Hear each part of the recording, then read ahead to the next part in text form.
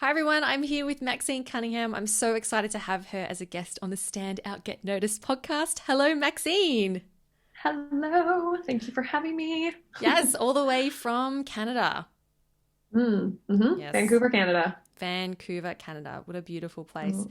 Mm, Now, Maxine, today I'm so excited about this topic. We are here. Well, our goal, right, is mm, to convince listeners that they are fascinating and Fascinating. that they have beautiful expertise that they can share with others to help, Mm, you know, make the world a better place, I guess.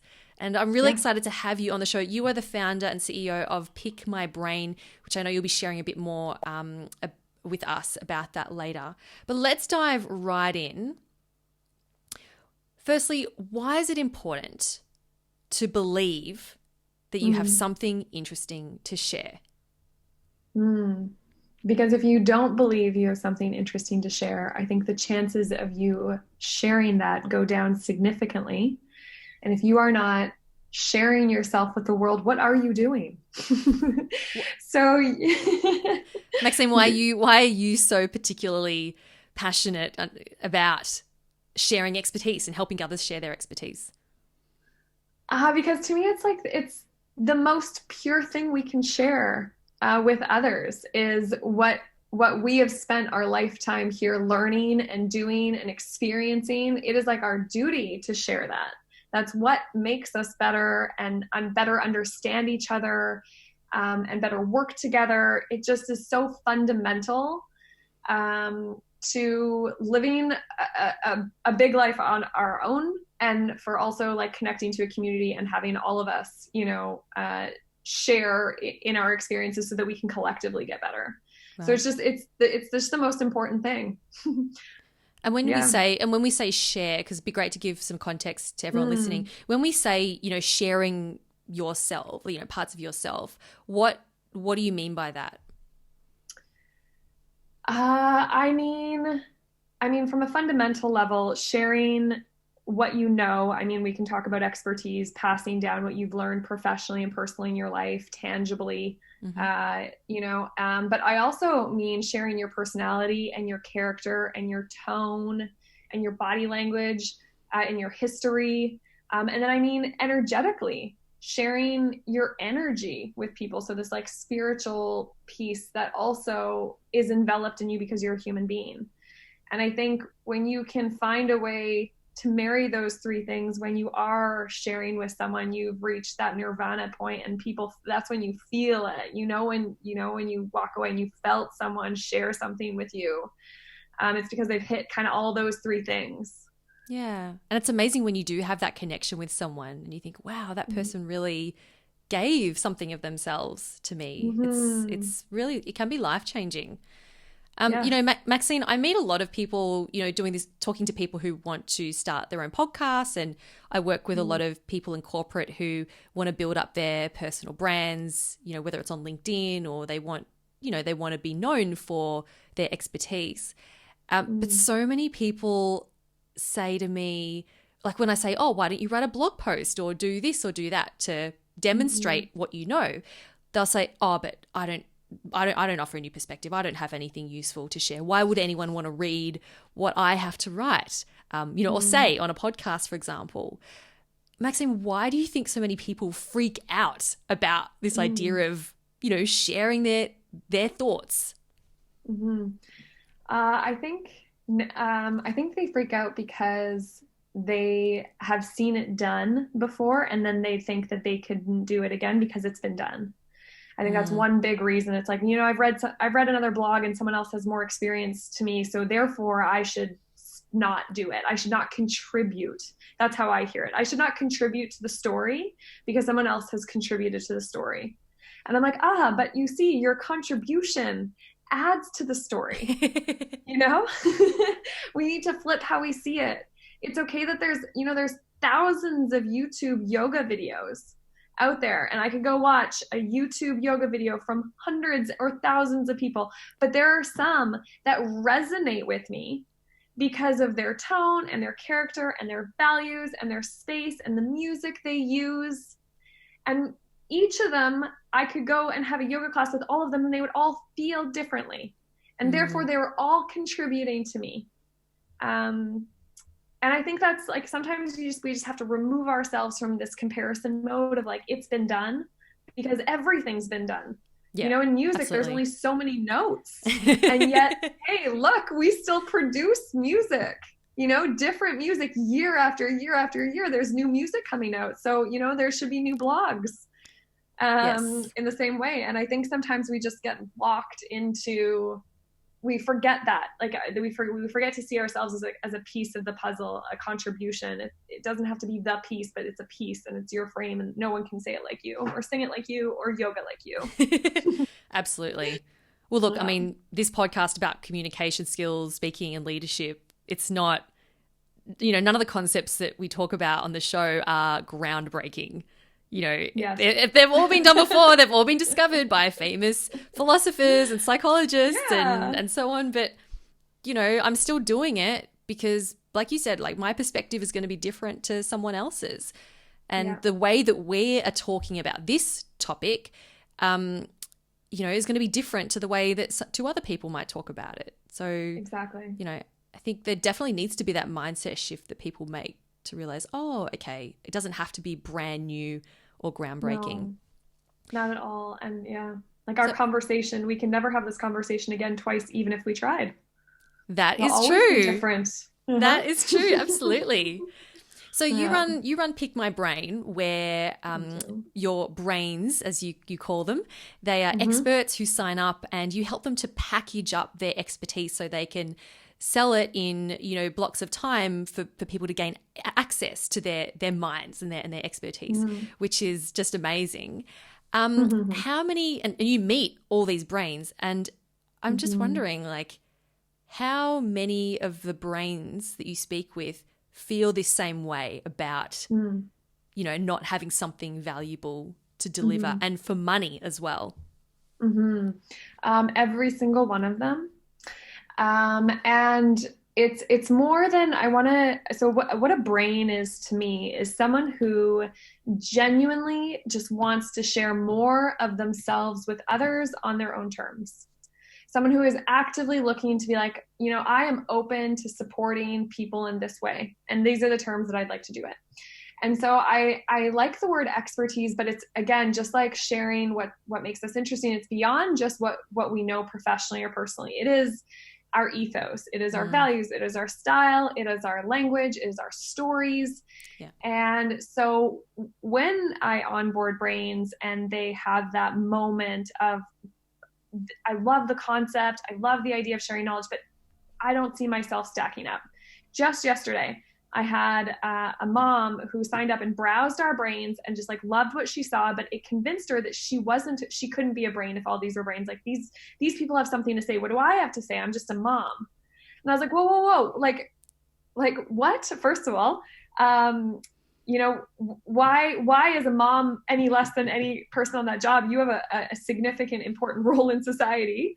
And you are one of those super moms. And if I was a new mom, I would really appreciate learning from someone like you because of how you mom.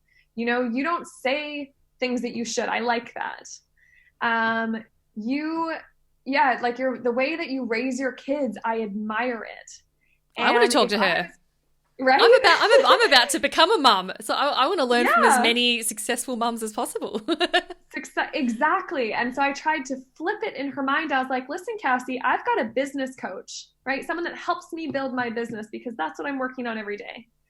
Why couldn't there be a mom coach? When someone checks in to help me make sure I'm a better mom, or when I'm in those panic moments, she said, you know, if I could help someone like have a shower cry, you know, she had, you know, the times from 0 to 4 are very difficult. And what she wants to do is just provide comfort to mothers in those moments and to give them an outlet to just say the things that are on their mind. And it's okay not to love your kids sometimes, or like, you know, hate them at points, and just that you need that outlet and support to know it's normal. And just saying it can feel grounding. And it wasn't until I introduced her to a group and just like talked about what she wanted to do that other people piped up. It's like, listen, I'm thinking of having kids. I would love to ask you about your experiences. Oh my gosh, you had twins? Can I ask you about that? And it wasn't until I had other people, yeah, for her to express what she wanted to do and have validation that people would be interested in it before she started to believe it. And then she started to believe it, and then she started to package it and get excited about it and bring other moms in. And now it's like, it's growing, and she's added this opportunity to her life to share something that she knows so well. So for her, it's nothing new, because that's just what she's good at. She just gets momming. I don't get momming. I don't have that. And she just thinks it's normal because she has it. That's what we all do. We think our superpowers are just because it's so easy for us to do it. We think, well, why would someone ever, want to pay for it? But it's like, the thing is, it's not easy for everyone to do what you do. And we forget that. And sometimes we have to be reminded and zoom out for a minute and 100%. reframe it. Yeah. I love that story. Thank you for sharing that. I think that's brilliant. And I totally agree that the things that we naturally are good at, we tend to discount the most because we haven't really had to work at it. I mean, well, maybe we have had to work at it, but we've done it for so long that it's become second nature to us. Yeah. So for me, standing in front of an audience and speaking is something I love to do, and I've practiced it a lot and I've worked really hard at it. And now it's at the point where it feels natural, and it's easy to, well, I work with people all the time for whom doesn't feel natural at all. So I don't really forget that, but I'm constantly reminded that, that's not something that everyone has, and I find myself constantly reminding other people, hey, just because it's easy and you're good at it doesn't mean that everyone else is. I had one of my Academy members say, I was giving her suggestions as to what she could write articles about because she wants to build up her personal brand on LinkedIn. And she said, I could write about the skills that you need in order to make big organizational decisions. I was like, okay. She goes, but most of that's all common sense anyway. And I said, is it really? Because I don't know how to make big organizational decisions. She goes, doesn't everyone know that? I'm like, no, they don't. No. Yes. Let's revisit common sense. What is common sense? I don't know what's protocol in Japan. That's not common sense to me. Someone could teach me that. Exactly. There's so many things to teach, and there's so many things. No common sense. Maxine, have you ever felt this way? Have you ever felt like, who am I to be doing this and sharing this part of myself? Yeah, I think for a long time I did. I think it's scary to believe in your value. I think it takes a lot of courage to understand your value. And then a lot of courage to express to someone else that you are damn good at this. But once you break that chasm, once you're like, I am so good at this, then you kind of cross over.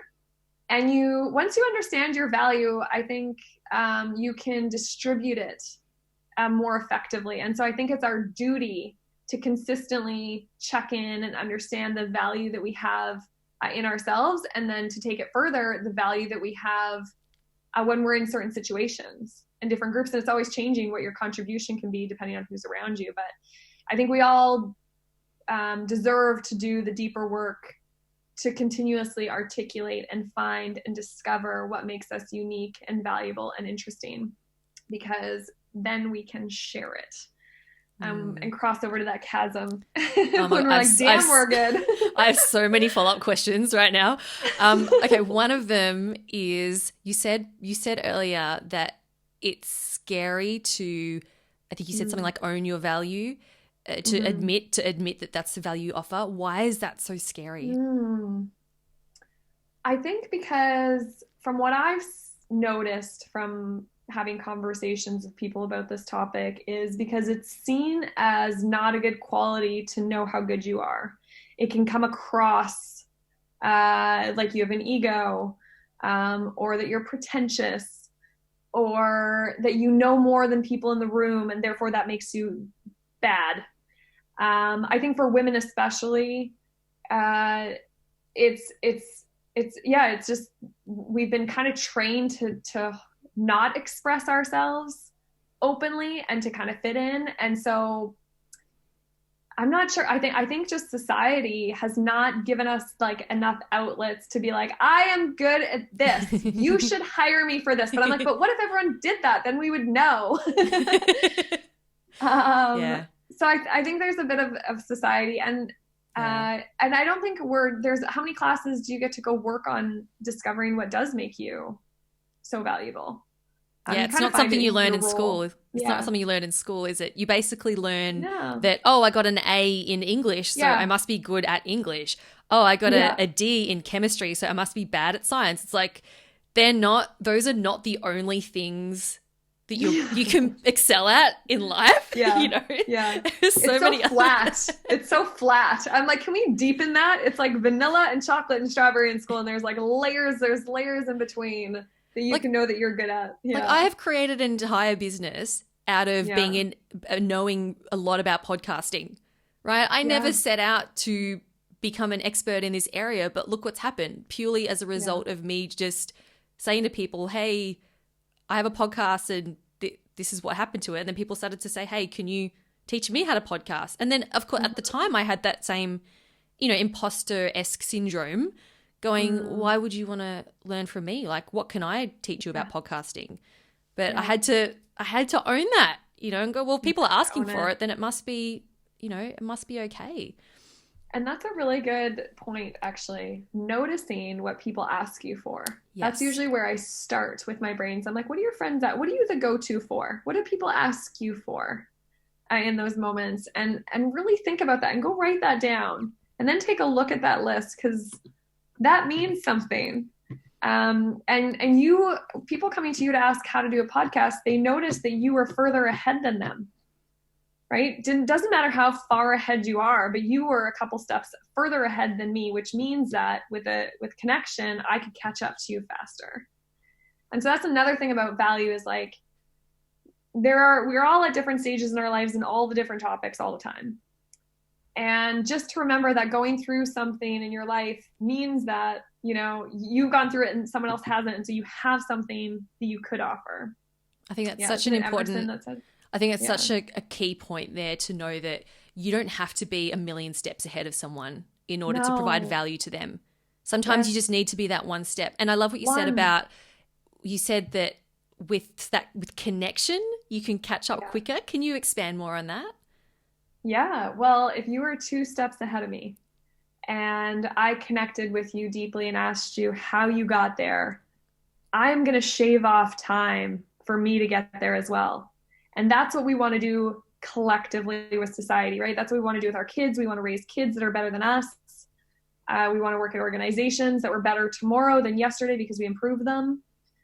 And in order to speed up progress or to progress, we're going to have to learn from people that have done it before and just do it a little bit better. So I think that's super important. And that's why I don't like the word expert. People have such connotations with that. Like, again, my mom friend, she's like, listen, I'm not a doctor. I'm not a therapist. I'm like, that's okay. Yeah. Just say that and be like, what are you? What are you for? Because I'm not looking necessarily to connect with a therapist about this. I'm looking to maybe connect with another mom, off the prescription or, the certified route. Maybe that's not what I'm looking for. And it doesn't discount what you're offering, because that's what I'm seeking. So to check ourselves with what does expert mean? Like, to me, I'm just looking for people that are a little bit further ahead than me or have a quality that I desire or a skill or some kind of value that they've learned about themselves that I just can feel. So I want to spend more time with them. They can all help me progress, it's a beautiful thing. And I think there's a saying, I can't remember the exact saying now, but it's something about the best teacher is the amateur, not the senior, expert who's big, or the professional. Because the amateur has literally just learned how to do that thing, which means that they are going to be able to teach you easier because they've just gone through it, as opposed to, I learned that 30 years ago. Where did I start again? It's a little harder to teach it when you're a lot, when you're much further down the line. That's so true. Actually, that reminds me of a story when I went to Quebec in Canada, which is our French-speaking province, for a month to learn French. So we got to Canada puts on this program where you can go fly. The government will fly you to Quebec and put you up in residence for 1 month, and you speak French for 1 month, and you just can't speak English. And I remember enjoying so much more talking to beginner French teachers than advanced French teachers, because I was so nervous with the advanced. I was like, I hate this. I hate this so much. Like, it's so uncomfortable. But like talking to someone that was a little bit ahead of me was like, okay, I can shed it and let you hear everything. Whereas the other one, I would kind of guard it. And now thinking back on that, I'm like, no, that's, sometimes you want your teacher to only be a little bit ahead so that you feel confident. That's so interesting. Yeah. Yeah, you can be a little more vulnerable with someone who's just a little bit ahead of you. Yeah. Yeah. Yeah. So Maxine, you shared before that one of the first steps you do with your brains is to for them to notice what people are asking them about as like a clue as to what is something that they could share. What would be some of your other steps? If someone's feeling inspired by this episode, which I hope you all are, if someone's feeling inspired and going, yeah, maybe I do have, experience and things to share with people that could be valuable, but how, what are my steps? How do I get started with, maybe believing in myself or putting myself out there? Yeah, it's such a good question. So yeah, starting with noticing what people come to you for. What is your role in your life? To your friends, to your colleagues, to your spouse, to people outside. Like, what are people generally coming to you for? Second, like, what experiences have you gone through that other people around you have not gone through? I onboarded someone the other day, and he's traveled to 43 countries. He just got back from traveling from 40 to 43 countries. And he traveled to discover different sustainability policies in each of the countries. And I was like, that's all I need to know to have 100 follow-up questions. Yes. I was like, that's it. I was like, okay, there is so much value in that experience that you put yourself through, that if you just let me know you went through that, I now understand the value that you hold. So I told him right on his profile to put that experience on his profile, because that will drive questions and that will show off all the learning without you saying, I know all about this. And did he place experience? Yeah. And did he place value on that experience initially?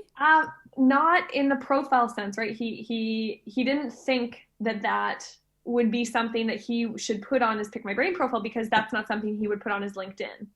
Right. LinkedIn doesn't ask us, or these traditional resumes, these ways that we show ourselves off, actually don't have space for us to be like, I climbed Everest or, sometimes it's like I'm part of the chess club and you have those extracurricular, but it's way at the bottom.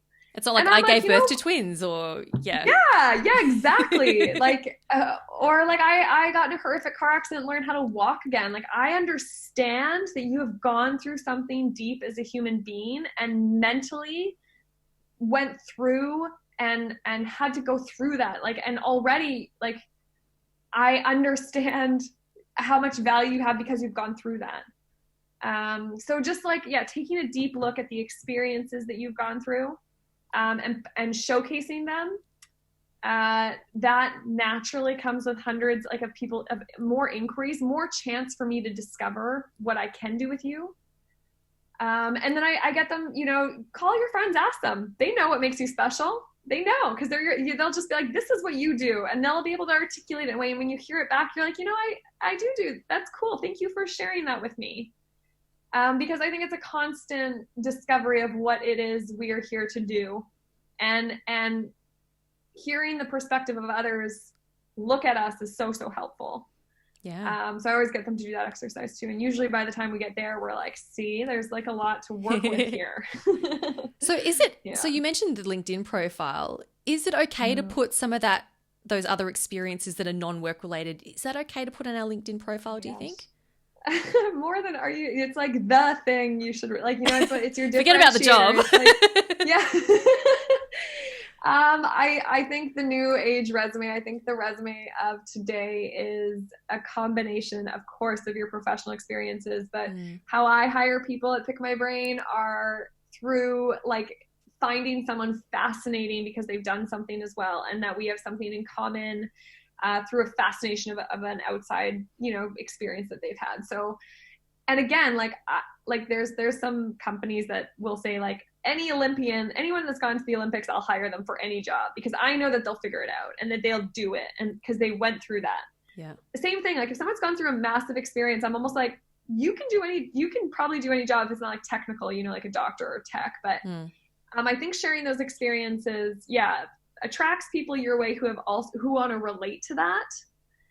So it's like a portal to invite and attract people who can live that experience more with you. So it allows you to live that thing more, which is great because you really want to get a return on all the experiences you have in life.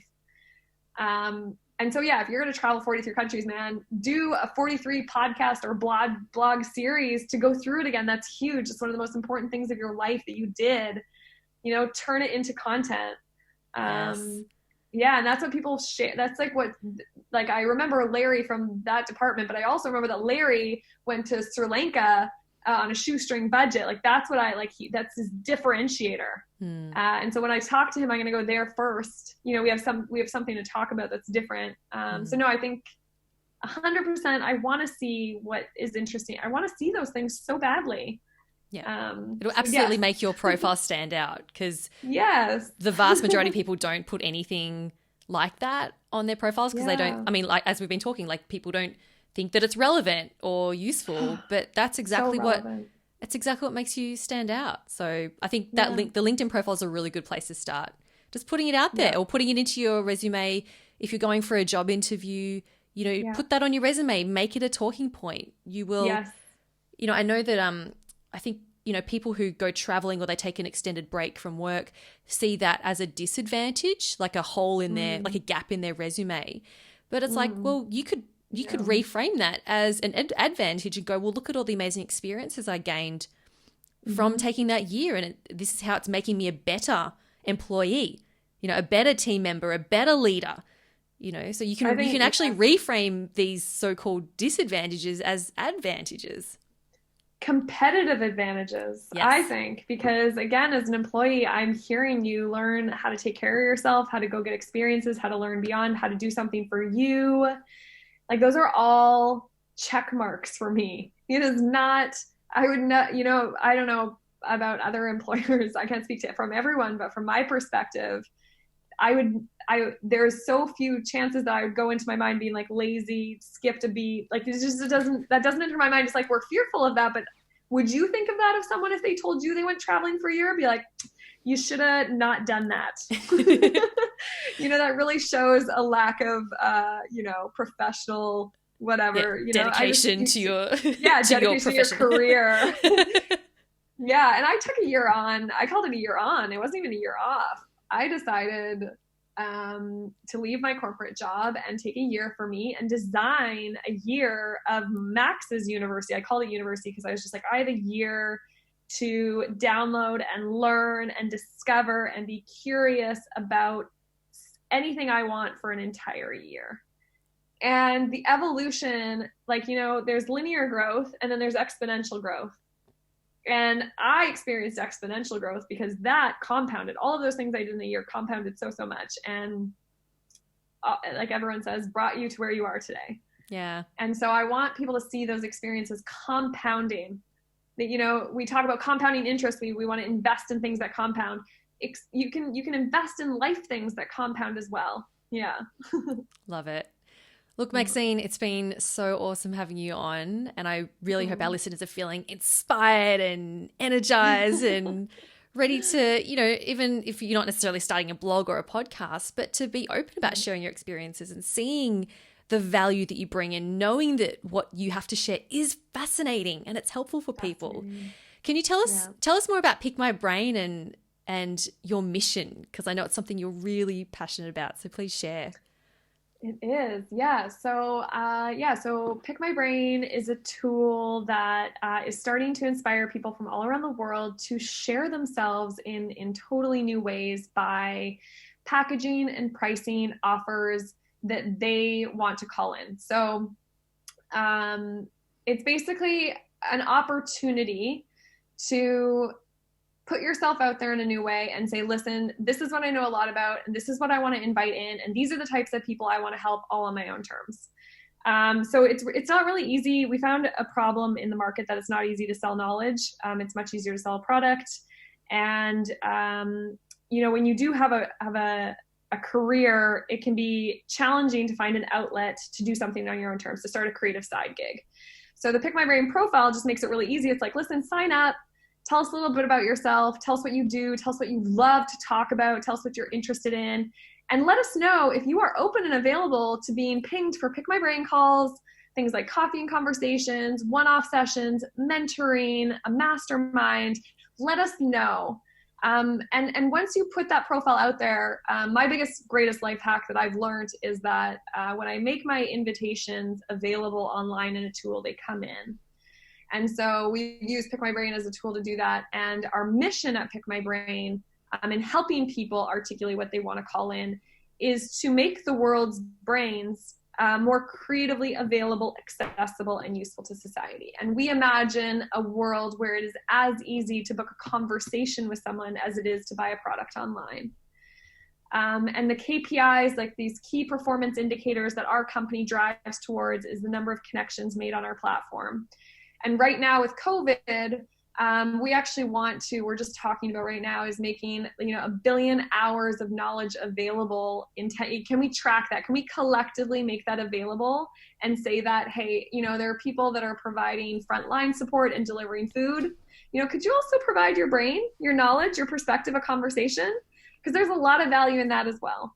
And we'd love to host that on Pick My Brain if you're open to helping others succeed. And so we just made it super simple to do that because we believe it's so important. Yeah. So good.